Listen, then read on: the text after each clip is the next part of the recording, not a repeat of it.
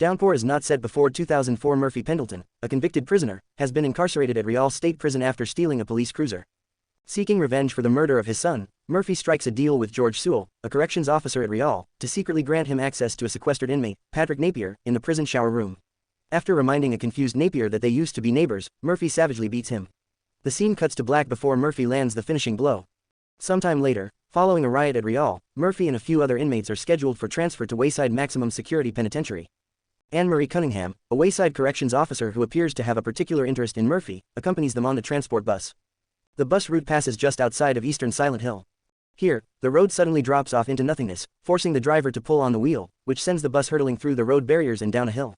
Murphy regains consciousness in a forest next to the wrecked bus and decides to make a run for it.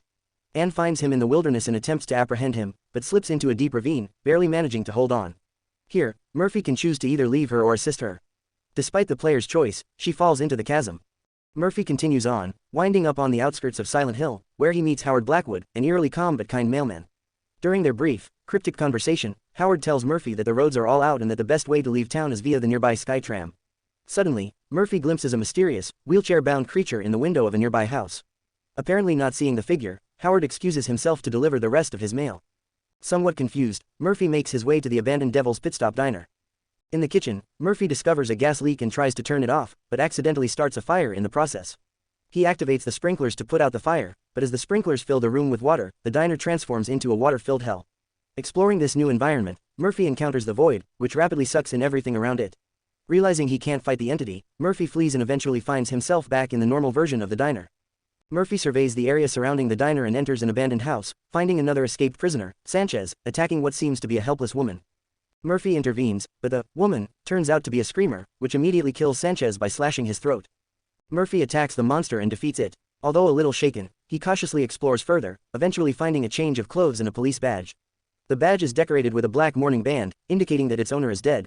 After changing out of his prison attire, Murphy plays the arcade puzzle Jailbreak and gets a ticket for the Sky Tram, which takes him to the Devil's Pit Gorge in southeastern Silent Hill. There, Murphy meets John P. J.P. Satter, a depressed former tour guide for the Devil's Pit's various attractions and tours. J.P. tells Murphy of an old railcar train in the mines that can take him into the main town. In the caverns, Murphy discovers a newspaper article detailing a train accident in the Devil's Pit that resulted in the deaths of 8 children, implicating J.P.'s on-the-job drinking as the cause. Soon after, Murphy finds a suicidal J.P. hanging over a lookout rail, and the player is given the choice to either console him or taunt him. Again, despite the player's decision, J.P. jumps to his death. Murphy finds and powers up the railcar, but his ride through the mines turns into a hellish tour populated by monsters that try to kill him. The train derails, and Murphy loses consciousness. Murphy awakens near an exit and runs into a bloodied Anne, whose only concern appears to be apprehending him. Despite Murphy's pleas to cooperate, Anne remains resolute. While making the arrest, Anne inspects his person and finds the mourning band with its attached police badge. She quickly becomes distraught, apparently having known its previous owner. In a fit of rage, she nearly shoots Murphy, claiming that people like him do not deserve to live, but cannot bring herself to do it and collapses into tears instead. Anne tells him to leave her alone, to which Murphy reluctantly agrees. Murphy wanders Silent Hill's main streets and encounters more of the town's creatures. When it begins raining, he takes refuge in the abandoned hillside building, where a nearby radio picks up broadcasts from DJ Bobby Ricks. Some of the broadcasts are song requests specifically made out to Murphy, others are quiet pleas for help from anyone who's listening. When the rain dies down, Murphy begins searching for Ricks and runs into Howard Blackwood. He tells Murphy that the radio station is located in the Centennial Building before walking off again into the fog. Murphy locates the building and finds his parole papers attached to the entrance, which causes a flashback of Real prison. Murphy and Sewell appear to be having a private conversation regarding their deal to murder Patrick Napier, the sequestered inmate from the opening scene. Officer Frank Coleridge spots the two talking and calls Murphy over to hand him his files. Coleridge asks Murphy about the nature of his conversation with Sewell, but he dodges the question.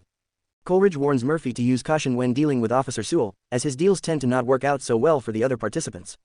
It becomes clear that Coleridge has made a substantial effort to help Murphy receive an early release from Real because he believes that Murphy is a genuinely good person. Coleridge also says that he is confused as to why a smart man like Murphy would do something as reckless as stealing a police car for no reason. The flashback ends, and Murphy continues his search for DJ Ricks inside the building. While ascending the floors of the Centennial Building, Murphy has another vision of Real prison. In this vision, Murphy appears to be having a conversation with Officer Sewell in his office, having decided to go through with the plan to kill Patrick Napier. During their exchange, Sewell reviews the details of their agreement and ominously tells Murphy, "You owe me one." Sewell also implies that Murphy stole the police cruiser and got himself arrested on purpose in order to confront Patrick Napier in prison, but his reason why isn't divulged. Murphy leaves the room, and the vision dissipates. Murphy finds Rix, who initially behaves in an unusually casual manner, but soon begins speaking in hushed tones, as if somebody or something is listening in. Rix reveals that he has been operating the radio station for a very long time, waiting for help. He tells Murphy of a boat docked at the marina that they can both use to escape the town, but he goes on to say that they must first find the boat's keys, which were apparently stolen by an intruder. When Murphy suggests hot wiring the boat, Rix says that it won't work, as the town has rules that must be adhered to. Before they can leave, Anne shows up, once again determined to arrest Murphy. However, as an apparent punishment for Rix breaking the rules, screamers ambush the studio and kidnap both him and Anne. Murphy is left all alone, as the building shifts to a prison-like otherworld. Murphy flees the void, encounters the wheelman again, and ends up falling off the exterior of the building's clock tower. Waking up on a bench back in the foggy world, Murphy once again meets Howard, who hands him a letter requesting his presence at St. Maria's monastery. Confused and frustrated, Murphy refuses to accept the letter, but Howard explains that it isn't about what he wants, suggesting that Howard knows more about the mysterious town than he initially let on. Given no other choice, Murphy accepts the letter and continues on. He passes through the stormy town and arrives at the broken-down monastery, where a nun cryptically tells him, "You were the only family we were able to locate." She asks Murphy to look around the place and to come to the building's morgue whenever he's ready. Murphy finds the monastery in a dilapidated state and must take an alternate route to the morgue. On the way, he encounters a small boy through the window of a locked door. The boy refuses to unlock the door because he believes that Murphy is the boogeyman, as he's been told by an unnamed crying girl. The only way Murphy can prove he isn't the boogeyman is by memorizing a poem that the children of the monastery's orphanage recite to make the boogeyman disappear. As he treks through the monastery to gather the pieces of the poem, flashbacks reveal that Murphy's son Charlie was drowned in a lake a few years prior, which explains the recurrent motif of water in Murphy's otherworld. At this point, it has also become clear that Patrick Napier was the one responsible for his son's death, which ultimately spawned Murphy's strong feelings of disdain for child molesters and murderers. In the present, Murphy returns to the locked door where he originally met the young boy. The real boogeyman appears in the room and slowly approaches the boy.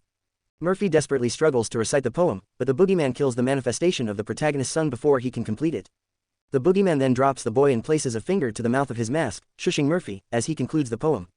The door unlocks and Murphy approaches the child's body, now in the form of his son. He mourns his death but is interrupted by a young girl who accuses him of killing the boy, Charlie. She runs, and Murphy gives chase, scared that the boogeyman will get her too. The monastery transforms into the otherworld during the chase, forcing Murphy to dodge the void and at one point even the boogeyman himself. Eventually, Murphy winds up in the morgue with the nun from the entrance standing next to a covered gurney. Murphy tells her that there has been a mistake and that he buried his son years before. The nun replies that everyone grieves in their own way, and removes the sheet from the gurney, revealing a dead boogeyman underneath. Angered, Murphy cries that the monster isn't his son. It's a murderer, but the nun insists that Murphy accept him as his own, calmly informing him of the perils of revenge and the path that Murphy has set himself upon by pursuing it. Murphy admits that what he did to Patrick Napier did not solve anything, but still attempts to rationalize his behavior. She simply says that the answers are right in front of him if he chooses to look. Murphy notices Rick's aforementioned boat keys with a silver keychain labeled, "Freedom," around the boogeyman's neck. The nun tells him that they are his if he wants them, but only if he accepts the boogeyman as his own. Murphy takes the keys, but the boogeyman springs to life and attacks Murphy. They are both transported to a forest area by a lakeshore, where they engage in battle. Murphy gains the upper hand and defeats the boogeyman with its own hammer. He then finds himself back in the morgue with the boogeyman dead and unmasked on the gurney, its face alternating between that of Murphy's and Napier's. Charlie appears and congratulates his father on defeating the boogeyman. Having accepted that his past actions did nothing to assuage his guilt, Murphy tells his son that it doesn't matter and that it won't bring him back, to which Charlie comforts him by saying that it isn't his fault. In a moment of clarity, Murphy apologizes to Napier, now in the form of the boogeyman, and closes his eyelids. This causes the image to dissolve, leaving only the keys behind. Murphy runs his hand over the engraved word, "Freedom," before leaving the morgue. Now with the boat keys, Murphy makes his way out of the monastery through the sewers and arrives at the marina. He starts Rick's boat and departs from Silent Hill. The fog lifts and he faces the sunshine, smiling, but the fog descends as Anne appears behind him holding a gun to his head, ordering him to turn the boat around and return to Silent Hill. She tells him that the town showed her things, that it knows her, and that the town won't release either of them until they settle their unfinished business, although the fall of the fog implies that it is Anne who is keeping them from leaving. Murphy refuses to return and tells her, "You may as well shoot me." Anne complies and pulls the trigger. A flashback shows a meeting between Officer Sewell and Murphy back at the prison, sometime after Murphy's confrontation with Napier. Sewell reminds Murphy that he set up the meeting between him and Napier and looked the other way. It is now time for Murphy to return the favor. Sewell tells Murphy that his job is to kill an unnamed individual, assumed to be an inmate, who Sewell claims deserves it. He then explains that there will be a riot at the prison that evening, allowing Murphy to slip away to the showers, where he will find this person. Murphy wakes up inside a prison cell in Overlook Penitentiary, with the wheelman sitting right outside the bars watching him. After a few seconds, he wheels off and the doors open, allowing Murphy to explore the prison. He finds a note addressed to him, telling him to meet someone in the showers. Progressing through the prison and fighting enemies, Murphy eventually makes his way to the showers. Inside are 4 crime scene markers, indicating a pool of blood, a prison shank, the morning police badge, and a bag of crime scene evidence. After examining all 4, a voice calls out from behind him followed by the glow of a flashlight. Murphy approaches the light which shuts off as soon as he nears it, and blood begins seeping underneath the doors. Opening them, Murphy finds another shower section with a bagged body lying in the center of the floor.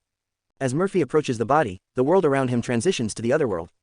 Murphy races through it while avoiding enemies in the void yet again. He eventually reaches a large door with 2 giant scales of justice hanging before it. Murphy places the prison shank, the bag of crime scene evidence, and the morning badge on one scale, and the doors open. Inside, surrounded by platforms and prison cells, is a much larger version of the wheelman who has been hunting Murphy throughout the game. The monster quickly becomes hostile, and Murphy must run around the room, pulling out the monster's giant life support tubes to defeat it.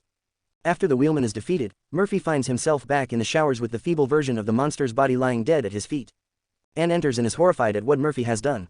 Confused, Murphy looks down and finds in place of the wheelman's body, the body of Frank Coleridge, the friendly police officer from Real who had persistently warned Murphy about socializing with Sewell.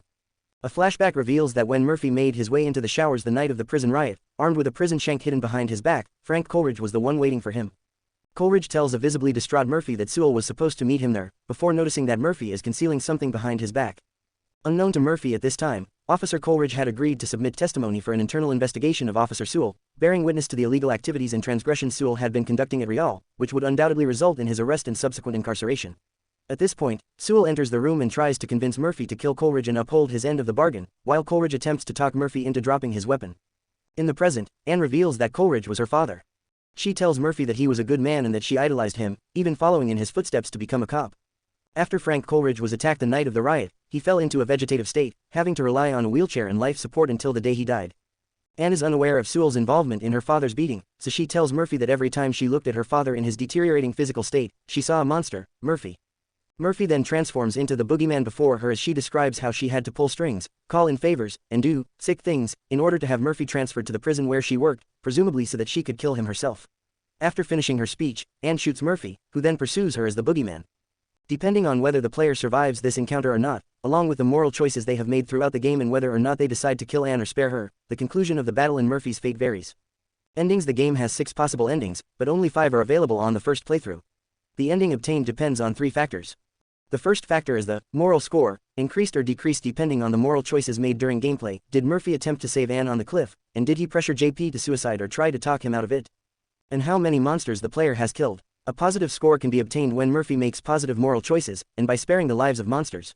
A negative score is accumulated when Murphy makes poor moral choices and when he kills monsters rather than incapacitating or ignoring them. The second factor is the decision regarding Anne's fate in the game's finale.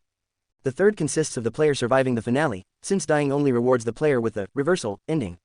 After the game's completion, a new side quest is added, digging up the past, and completing this side quest rewards the player with the surprise ending.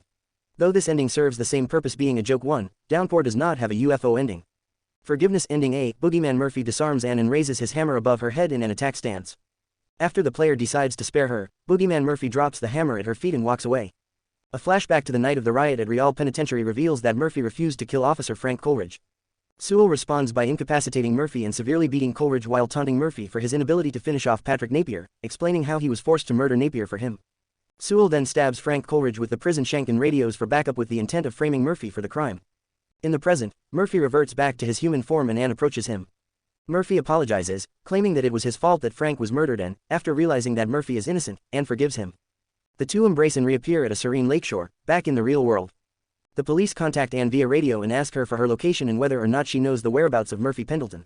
Anne lies for Murphy and tells them that he died in the accident. Murphy asks if she is going to be okay, but Anne tells Murphy that he'd better go before the police arrive. Murphy departs, and the scene ends with Anne looking out over the lake at the clear skies after the storm. This is achieved by sparing Anne with a positive score. Truth and Justice ending: B boogeyman Murphy disarms Anne and raises his hammer above her head in an attack stance. After the player decides to spare her, boogeyman Murphy drops the hammer at her feet and walks away. A flashback to the night of the riot at Real Penitentiary reveals that Murphy refused to kill Officer Frank Coleridge.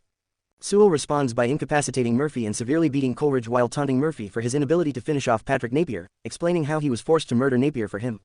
Sewell then stabs Frank Coleridge with the prison shank and radios for backup, with the intent of framing Murphy for the crime. In the present, Murphy reverts back to his human form and Anne approaches him. Murphy apologizes, claiming that it was his fault that Frank was murdered and, after realizing that Murphy is innocent, Anne forgives him. The two embrace and reappear next to the crashed bus, back in the real world. The sky is still cloudy and raining. Murphy tells Anne that he should leave before the police arrive on the scene, stating that he has somewhere to be. Anne thanks Murphy for telling the truth before he departs, wading into the waters of Toluca Lake. Later on, back at Real Penitentiary, Anne, having figured out that Sewell was the individual truly responsible for her father's death, confronts him in his office so that the two can talk. She appears to be holding a loaded gun behind her back, and the scene fades out. This is achieved by sparing Anne with a negative score. The epilogue of Anne's story confirmed that this is the canon ending. Full circle ending. C. Boogeyman Murphy disarms Anne and raises his hammer above her head in an attack stance. After the player decides to execute her, he crushes her head with his hammer, instantaneously killing her. A flashback to the night of the riot at Real Penitentiary reveals that Murphy accepted Officer Sewell's deal and murdered Frank Coleridge after all. In the present, Murphy, with a prison shank in hand, looks down at a now dead Anne Cunningham lying next to her deceased father on the floor of the washroom. Murphy repeatedly screams, "No," and grabs Anne's gun from beside her body, places it to his head and pulls the trigger. Murphy wakes up inside the prison cell in Overlook Penitentiary, with the wheelman sitting right outside the bars watching him, just like before. The voices of the people Murphy has met in Silent Hill ring in his head. Once again, the wheelman wheels off, but this time Murphy begs it to stop. The cell doors open just like the last time. Murphy stands before the open gate, having accepted that he now shares his fate with the others he has encountered in Silent Hill, trapped in limbo within the town's boundaries with only the hope that some future arrival might help him. This is achieved by killing Anne with a positive score. Execution ending. D. Boogeyman Murphy disarms Anne and raises his hammer above her head in an attack stance. After the player decides to execute her, he crushes her head with his hammer, instantaneously killing her. The scene cuts to the day of Murphy's execution in prison for the murder of his son Charlie in retaliation for Murphy's ex-wife seeking sole custody of him following their divorce. After being convicted of murdering Officer Frank Coleridge, his execution sentence was expedited. Sewell appears, handling Murphy's paperwork and supervising the execution. Sewell asks Murphy if he has any last words, to which he responds, "I'll see you in hell." Cupcake. Murphy is given a lethal injection, and his heart rate flatlines as he loses consciousness on the table while Anne attends in the observation room, crying and dressed in black. This is achieved by killing Anne with a negative score. Reversal. Anne shoots and kills Boogeyman Murphy. She then wakes up in a cell within Real State Penitentiary. This ending appears to be a recreation of the intro scene, but this time, Anne takes the place of Murphy, prison attire included, and Murphy takes the place of Sewell. Anne seems disoriented and confused, and Murphy, as Sewell, tells her that he is sorry to see her go, before authorizing her transfer. Anne realizes that by murdering Murphy, she has become the villain. This is achieved by dying in the final confrontation with Anne. Surprise. Ending. E. No matter how the final confrontation between Murphy and Anne ends, the scene cuts to Murphy digging a tunnel out of prison with a spoon. He tunnels his way into a dimly lit room. After a moment, the lights flicker on and the cast from Silent Hill, Downpour, as well as a few major characters and two monster nurses from previous Silent Hill entries, yell, "Surprise!" And confetti falls from the ceiling. Murphy laughs and affectionately says, "Ah, you guys." Pyramid Head then slowly approaches a table in front of Murphy with a large birthday cake on it and slices it and the table with his great knife. Murphy smiles heartily. This is achieved by completing the digging up the past side quest and finishing the game on a second playthrough.